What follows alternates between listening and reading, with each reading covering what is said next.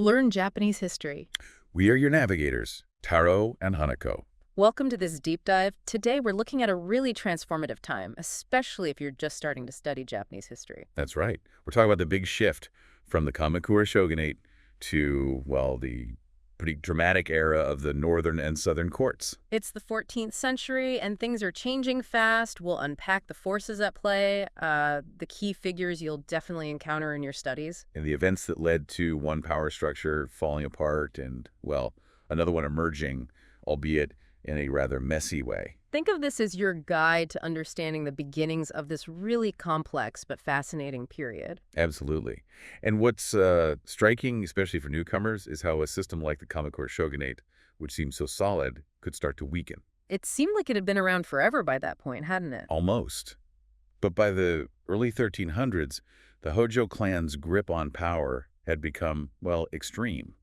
The head of the clan, the Tokuso, was ruling almost autocratically. Meaning what, exactly? For those just starting out. It meant that even really important gokunin, these are the shogunate's military retainers, the backbone of their power, they were getting sidelined. The Hojo held all the key positions. Okay, so even big names like the Ashikaga family, who we'll hear much more about, they were kind of under the Hojo's thumb initially. Precisely. You even see Ashikaga Takauji, who becomes central later, serving the Hojo. He actually took a character from Hojo Takatoki's name for his own. Wow. That really shows the Hojo dominance, doesn't it? But it must have caused some, underlying resentment. Definitely. And this wasn't happening in a vacuum. Out in the western provinces, you see more activity from groups called Akuto. Akuto. Now, the name sounds like evil bands, but that's maybe a bit misleading for students. Yeah, it's probably better to think of them as powerful local figures or groups operating more independently. Their rise really signals that the shogunate's control over the regions was slipping. Central authority was fraying. Okay, so cracks appearing at the edges. Meanwhile, what about the emperor in Kyoto? The imperial court had lost most of its real power to Kamakura ages ago, right? Oh, absolutely. Their political influence was minimal. And to make things even more complicated for anyone studying this, the imperial family itself was split. Split out. Between two main lines, the Jimmuine and the Daikakuji lines. They were constantly vying for the throne and control of imperial lands after Emperor Go-Saga. So internal rivalry within the court, too. Exactly. The shogunate actually tried to manage this by imposing a system where the throne would alternate between the two lines. A managed solution, but still imposed by Kamakura. And that's where Emperor Go-Daigo comes in, isn't it? He wasn't happy with this arrangement. Not at all. Go-Daigo had a very different vision. He wanted to restore the emperor to real power, to break free from shogunate control. This ambition is crucial to understand. So he actively tried to overthrow them. He did, twice in fact. First the Shoshu incident, then the Genko War. Both attempts technically failed at first. Failed, but not insignificant. Far from it. These attempts actually, kind of ironically, galvanized opposition. Different groups started rallying powerful temples and shrines with their own forces, those Akuto we mentioned near Kyoto, and even some Gokunin who were fed up with the Hojo. So his failures actually lit the fuse in a way. And after that, figures like Prince Morinaga and Kusunoki Masashi kept the resistance going. These are names you'll definitely see pop up. Yes, their resistance in the Kawachi area was fierce. It was a real headache for the shogunate. So the shogunate sends Ashikaga Takauji to crush them. Right, but here's the twist, and it's a big one for understanding what happens next. Takauji gets there, assesses the situation, and instead of fighting for the shogunate... He switches sides? Exactly. He turns against the Hojo, leads his own Gokunin followers, and attacks the Rokuhara Tandai, that's the shogunate's headquarters in Kyoto. A huge move. Talk about dramatic. And he wasn't the only one moving against the Hojo. No, at roughly the same time, another major Gokunin, Nita Yoshisada, raises forces in the Kanto region, the east. Nita Yoshisada. Okay. He rallies other Gokunin there and marches directly on Kamakura itself, the shogunate's home base. So attacked on two fronts, Kyoto and Kamakura. Precisely. And it was too much. Nita's forces broke through, sacked Kamakura, and the Hojo clan was effectively wiped out, including the leader, Takatoki. And just like that, in 1333... the Kamakura shogunate was gone. Over a century of rule, finished. A massive turning point in Japanese history. And Ashikaga Takauji, for his timely change of heart, gets rewarded by Emperor Go-Daigo. He does. Go-Daigo even grants him a character from his own imperial name, Takaharu, so he becomes Ashikaga Takauji, though you'll often just see him called Takauji even before this. A sign of imperial favor, though maybe one that wouldn't last. Indeed. So, with the shogunate gone, Emperor Go-Daigo starts what we call the Kenmu Restoration. Restoration, trying to bring back direct imperial rule. That was the idea. A new political order centered on the emperor. He even got rid of the old positions of regent and chancellor, positions that had often limited imperial power in the past. A clear break. And the era name itself, Kenmu, from 1334, signals this new beginning. Right. But the government he set up wasn't purely a return to ancient ways. It was more of a hybrid. A mix of court and shogunate systems. Sort of. Yeah. You had things like the court's records office, but also the shogunate's old settlement office for legal stuff, the Zasuketsu Dansho, kept running in the capital. And out in the provinces, they appointed both the old court governors, kokushi, and the shogunate's military governors, shugo. Trying to bridge the gap, maybe. But it sounds potentially confusing. And what about the samurai, the Gokunin, who'd actually done the fighting? Well, that was the problem. They had helped overthrow the Hojo, and many of them expected, samurai rule to continue, maybe even be strengthened. They didn't sign up for a return to purely imperial politics. Exactly. So this new Kenmu government, trying to balance court and warrior interests, ended up satisfying almost no one. There was a lot of discontent. And this is where that famous graffiti comes in, the Nijo Kawara Rakugaki. Precisely. It's satirical graffiti found on the Kamo riverbed in Kyoto, basically listing what was popular at the time. And it paints a picture of chaos and dissatisfaction with the new regime. It's a fantastic source if you get a chance to look into it. Real social commentary. Fascinating. So the restoration is already shaky. What happens next? Well, Ashukata Kakauji enters the picture again. In 1335, there's a rebellion in Kamakura, the Nakasendai Rebellion, led by Hojo Takatoki's son trying to regain power.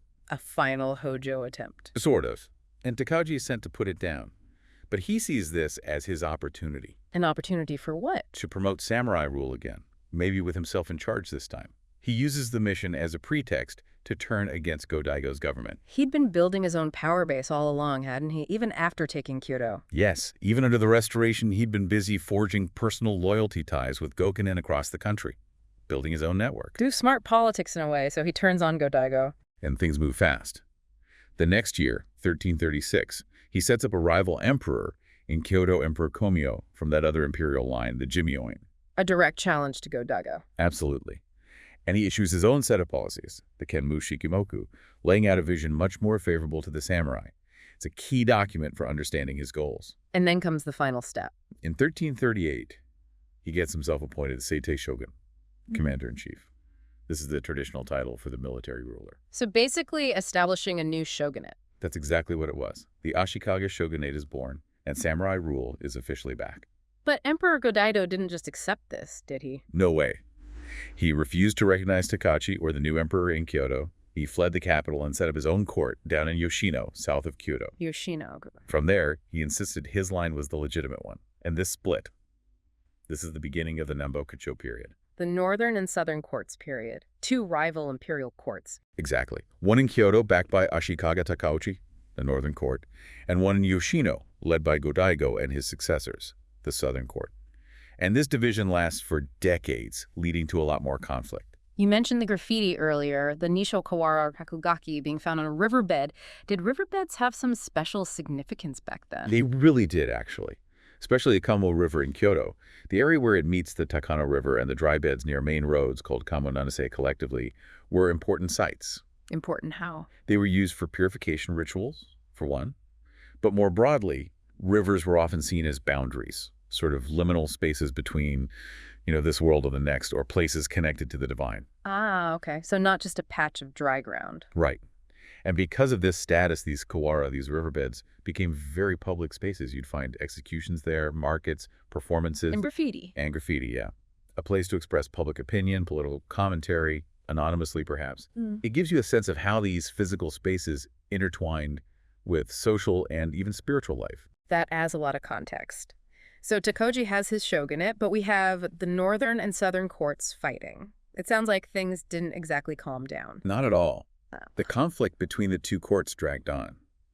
You had figures like Kitabatake Chikafusa leading strong resistance for the southern court in the east and in Kyushu. So continued warfare. Yes, and on top of that, Takaji's own shogunate had internal problems. Mm. A major power struggle broke out between Takaji's brother, Ashikaga Tadayoshi, and his main steward, Kono Morono.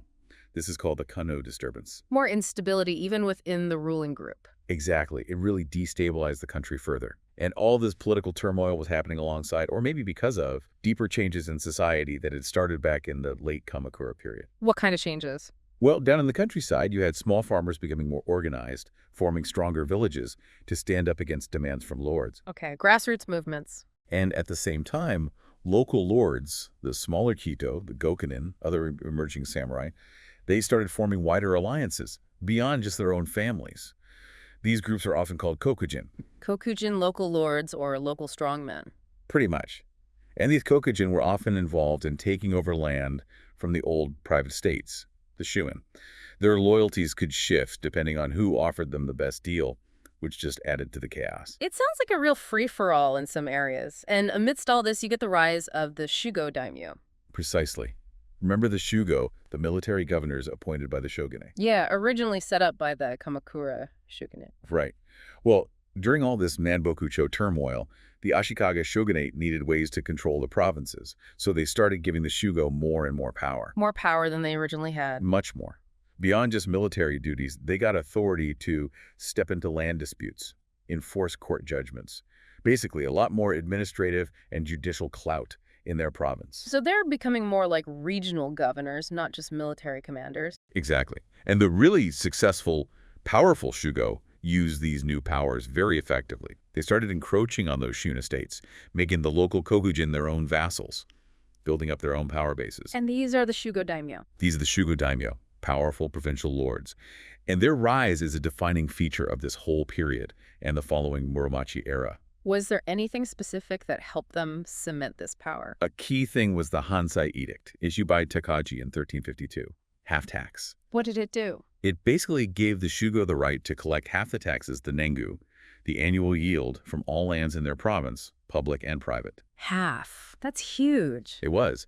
And they could then distribute some of that income to their kokujin vassals, which really tied those local warriors to them. It solidified their control over the province's resources and manpower. And the Ashikaga themselves put family members in as Shugo too, right? To try and keep some control. They did try that, appointing Ashikaga relatives to key provinces.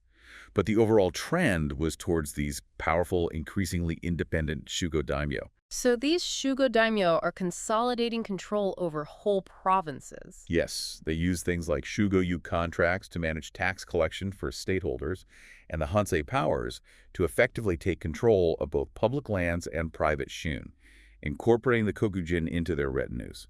This whole system of provincial rule by Shugo daimyo is called the Shugo Ryogokusei. It's a key concept for understanding medieval Japan. But the kokujin, these local lords, didn't always just roll over, did they? No, definitely not. You often saw them banding together in regional leagues called kokujin iki. Iki, like leagues or uprising. Yeah, alliances to resist the Shugo daimyo's control. Sometimes they'd even sign oaths in a circle karakasa renpan to show everyone was equal in the alliance, no single leader. A symbol of collective resistance. Exactly. But in the long run, the Shugo daimyo generally had more resources and power. They eventually managed to suppress most of these kokujin iki and really consolidate their rule over their provinces. Okay, so let's try and pull this together for everyone, especially those just starting with this period. We've gone from the weakening and final collapse of the Kamakura shogunate through Emperor Go-Daigo's attempt to restore imperial power with the Kenmu restoration, which didn't quite stick, to Ashikaga Takaji's rise, the establishment of his new shogunate, but also the splitting of the imperial court into north or south, the Nanboku-chō period. And underlying all that, these major social shifts, the rise of local powers like the kokujin, and critically, the emergence of these powerful regional lords, the Shugo daimyo. Understanding this whole messy, complex transition is really fundamental, isn't it? It sets the stage for the next couple of centuries. Absolutely essential. You can't really grasp the Muromachi period without understanding how it emerged from this Nanboku-chō conflict and the rise of the Shugo daimyo. It reshaped everything, the nature of samurai rule, the balance between the center and the regions. So maybe a final thought for you to consider as you delve deeper into this. How did this long period of war and shifting power, this rise of regional strongmen, ultimately change what it meant to be a samurai ruler in Japan? And perhaps, what lessons can we draw today from a time when central authority fractured, competing visions of government clashed, and new forms of regional power took root? It's certainly a period that offers a lot to think about regarding power, legitimacy, and change.